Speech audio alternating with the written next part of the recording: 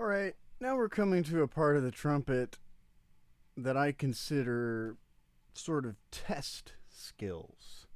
That if you can't do these skills at all, you're certainly, most definitely playing the trumpet incorrect in a general sense.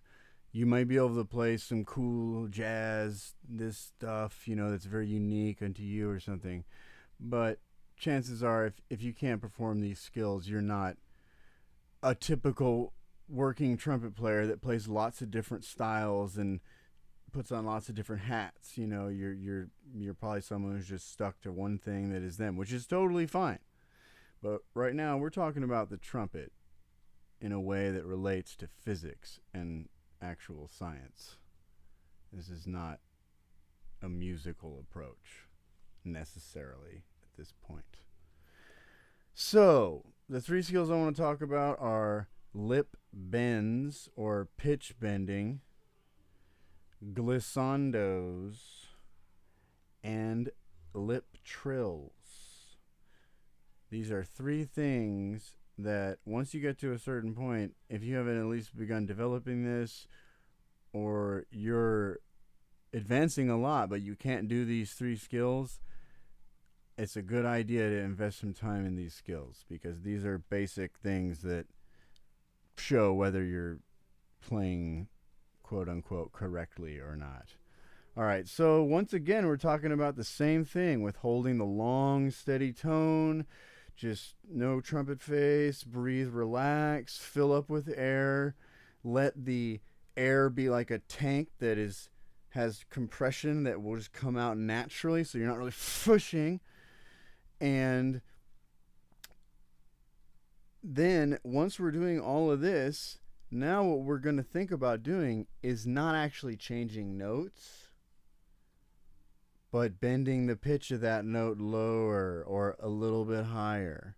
Basically, every note in the entire range of the trumpet, you should be able to bend the pitch up as high as you can and down as high as you can. Lower notes, you can bend them way down. The higher you get, the harder it is to bend the note down. So that's fine, but each note has its own specific spectrum of which it is possible to bend the pitch. So just start with your most natural note. See if you can bend the pitch down without changing to the lower note.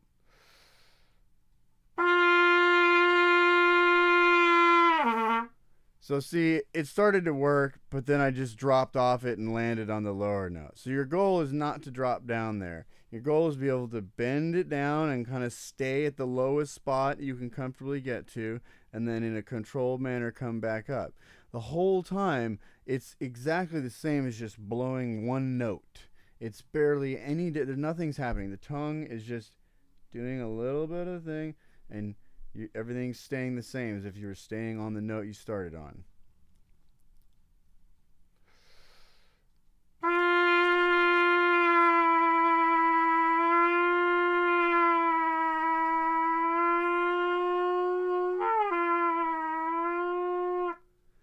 So as you can see, it's really difficult to bend the pitch up, and it's not necessarily a great thing to do because you're just pinching. But personally, I think you should think of every note as a spectrum. It can be played on the sharp side. It can be played right in the middle where it wants to vibrate the best. It can be played on the low side. It can be bent way down. You want to master this skill because this comes very handy in so many different styles of music that you may get into playing later. All right, so mess around with that on the notes that you can comfortably play. Just stay relaxed. Pitch down.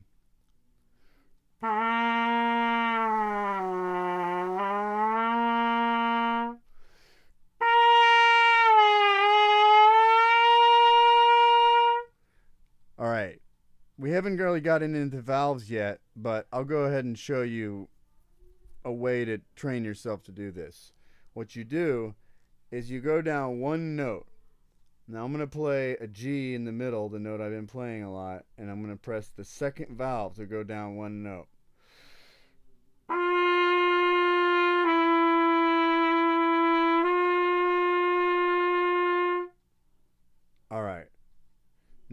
to do the exact same thing without pressing the valve.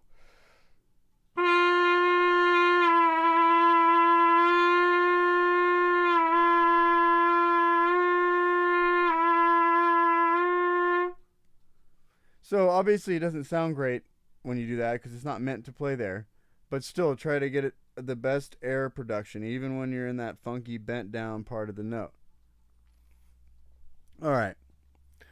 Now let's talk about something a little bit different. But in addition to being a testing skill, this is probably the least of a testing skill out of the things I'm bringing up here. But this is really good for flexibility early on. Try putting all 3 valves down and play this note.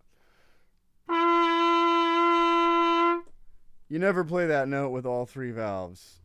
I'll explain all these things later. That's why it sounds funny.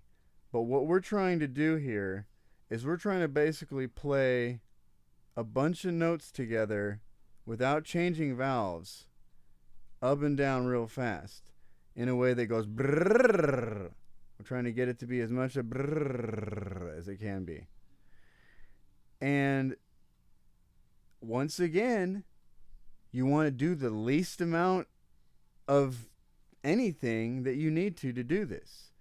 You take the big full breath, but after that, it's not much work at all. It's just with some tongue movement.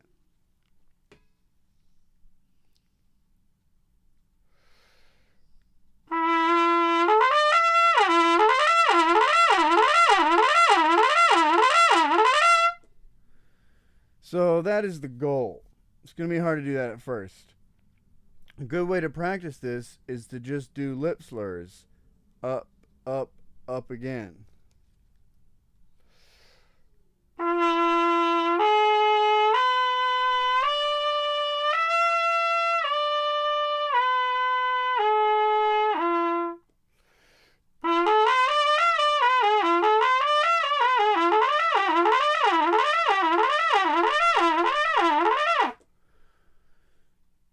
So you get the idea there. And once again, you want to get to where you're doing the most. I'm not perfect on it. You got to want to do the most even up and down. You could do it with a metronome, like try to get it the most normal and try to produce tone while you're doing it. Try to get a big air column going into the horn. Try to make it as beautiful as possible.